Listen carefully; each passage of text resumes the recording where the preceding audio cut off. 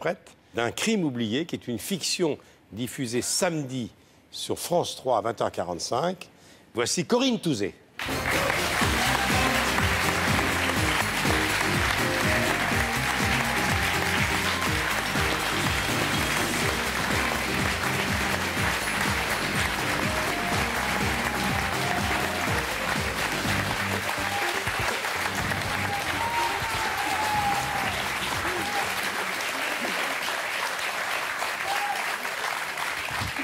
C'est un dur métier hein, que nous faisons. Difficile. Tu te rends compte, Diane Kruger, Corinne Touzé, c'est... Pas facile. Et c'est pas facile. Il faut se concentrer maintenant. Ouais.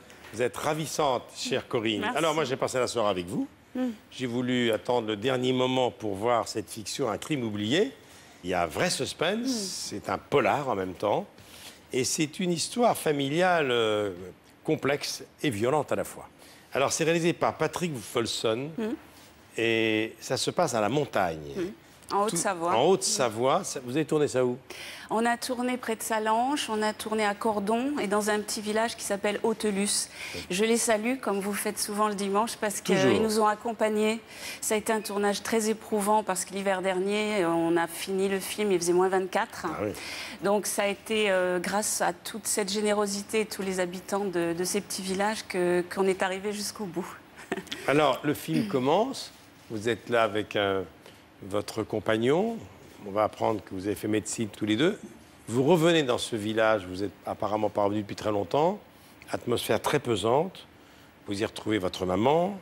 Et vous arrivez le jour où votre frère vient de mourir. Vous arrivez pour les obsèques. Et on sent visiblement que le courant ne passe pas, c'est le moins qu'on puisse dire, entre cette jeune femme, sa sœur et sa maman. C'est-à-dire que j'ai voulu, en fait...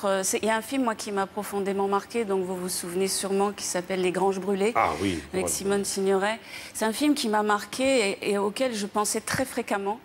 Et comme j'adore la France, que j'habite la province depuis plus de 25 ans, parce que Paris, j'y arrive pas, je voulais rendre hommage un peu à ce que j'appelle les taiseux. Et j'adore ça. C'est-à-dire qu'en France, je pense que tous les gens qui sont ici vont me dire « bah oui, j'en ai une à la maison, c'est la même, que ce soit la grand-mère, la tante, la cousine ». On se parle peu en France, on est très pudique. Surtout dans ces régions-là. Dans ces provinces-là, dans les montagnes. Voilà. Hein. Donc en plus, il y a cette barrière, la Haute-Savoie, c'est vraiment impressionnant, ces grandes montagnes-là. Et donc elle est partie il y a 5 ans, elle n'est jamais revenue, mais on ne sait pas pourquoi elle est partie. Mais a priori, ils ne s'entendaient pas très bien. Et la mort du frère fait qu'ils vont être obligés de crever des abcès. On va raviver plein de souvenirs. Voilà, mais c'est aussi un thriller. Donc il y a des scènes d'action, et puis il y a des images magnifiques. Et c'est la première fois que je bosse avec Patrick Wolfson. Et puis c'est mon grand retour sur France 3, parce que ça, c'est quand même super important. J'ai fait un téléfilm pour eux il y a une dizaine d'années avec Richard Boringer. Et qui s'appelait Lulu Roi de France. Et voilà, le temps a passé, mais je suis très très heureuse parce que ce film me tenait à cœur. Ça faisait 3 ans que je travaillais dessus.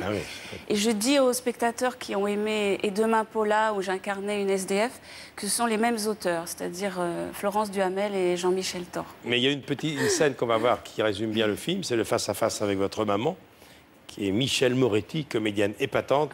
Et vous allez voir ce que c'est justement que les rapports entre une mère et une fille qui sont métonnants longtemps dans un univers très hostile. Regardez. Tu sais quoi? J'aurais fait n'importe quoi pour te plaire. Pour avoir un mot gentil, un sourire. Même tes chiens, tu les traitais mieux que moi. J'ai tout supporté pendant ces années, tout. Ta froideur, ton égoïsme. Tes longs discours sur Sophie la merveilleuse, Sophie la petite fille modèle. Les soirs où t'oubliais de me faire à venger parce que Sophie était pas là. La solitude dans ma chambre le soir pendant que je vous entendais rire toutes les deux dans la cuisine. Jusqu'à mes jouets que t'as jetés à la poubelle devant moi parce que j'avais osé te répondre de travers. Alors oui, j'ai appris à me démerder toute seule parce que j'ai pas eu le choix. J'ai eu envie d'aller en pension, tu sais pourquoi? Parce que là-bas, au moins, même si j'en crevais, j'avais l'impression d'avoir ma chance. Tu comprends ça? Ça y est? Ça t'a fait du bien? Qu'est-ce que je t'ai fait pour que tu me traites comme ça? Pourquoi ma sœur et ma mère me détestent, hein? J'ai le droit de savoir, bordel! Pourquoi tu m'aimes pas, maman?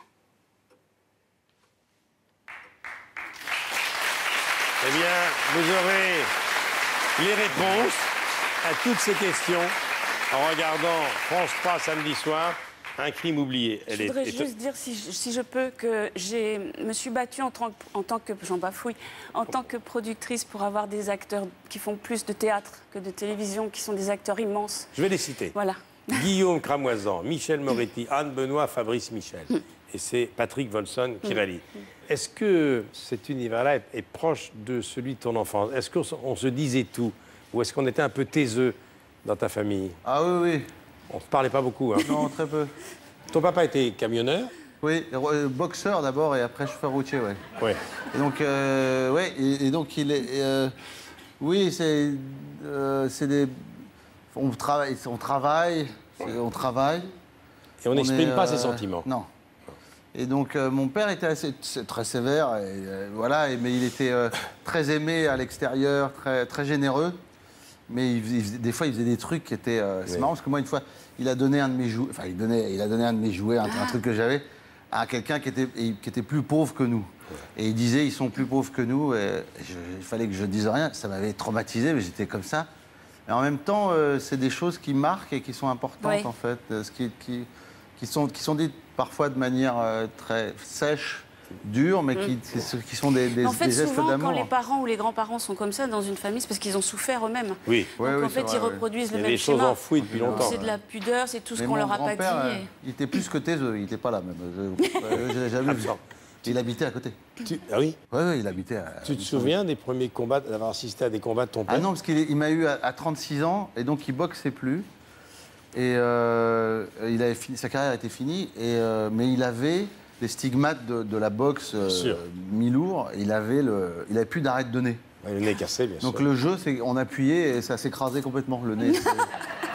Quand j'étais gosse, c'est vrai, il avait des énormes, des grosses... et il faisait peur à mes copains. Ah bah oui. Mes copains avaient peur. Tu sais qu'on a un point commun, c'est que j'ai grandi dans le Nord, dans le Pas-de-Calais, à Boulogne-sur-Mer. Ah oui? Où ça? À Boulogne-sur-Mer. Adieu. J'étais au lycée Mariette. C'est dingue. Je suis bonné, mais j'y ai grandi. C'est marrant. Bah, moi, j'ai fait à Vimereux, c'est là où j'ai fait Vimereux, mon... Vimereux, c'est à côté. Ambleteuse, tout ça. J'ai joué là-bas pour la première fois, moi. C'est vrai? Dans une pizzeria à Vimereux, ouais. Ah ouais? Bon, on va Corinne. Je ne voudrais pas vous laisser partir sans parler d'une association dont vous êtes la marraine, qui est Un regard, un enfant. C'est une association qui vient en aide aux enfants des pays défavorisés. Vous y tenez beaucoup. On leur apporte du matériel scolaire, des jouets, des produits, des soins d'hygiène, etc. Et cette organisation organise une campagne de parrainage pour les enfants du Maroc. Oui, en fait, on est en difficulté. À cause de la crise, évidemment, les gens ont bien d'autres problèmes que de faire des dons et que de penser aux autres. Ils pensent d'abord à boucler la fin du mois et comment on va payer le loyer. Simplement, là, on a besoin d'aide. On a besoin d'aide parce que c'est une très belle action qu'on mène depuis 10 ans. On a donc ouvert 2 foyers d'hébergement pour les enfants des rues au Maroc, dont je suis la marraine. J'ai fait un documentaire cet été que j'ai produit, qui sera diffusé sur le site de France 3 en exclusivité pendant 8 jours. Et en fait, si on n'a pas assez d'argent d'ici le mois de décembre, le centre va fermer. Et ces enfants qu'on a rescolarisés, à qui on a appris à écrire, à lire, qui étaient vraiment des enfants qui dormaient à la gare, qui sniffaient de l'alcool parce qu'ils avaient froid et qu'ils n'arrivaient pas à supporter les nuits, ont maintenant une vie normale. On les a en plus resociabilisés puisqu'ils ont renoué avec leur famille, donc les parents viennent les voir. Et ils sont chez nous jusqu'à l'âge de 16 ans et on ne les laisse partir que si on leur a trouvé un travail.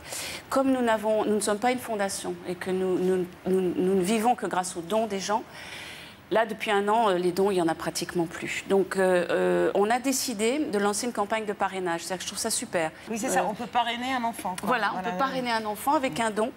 Et ça peut être à l'année, ça peut être 20 € par mois. Tout ça, ça sera mis en place sur le site de la SOS, que je cite, qui est Voilà le site qui s'affiche, unregardunenfant.org, voilà. Et sur le site de France3.fr également. Merci, parce que c'est important. Voilà.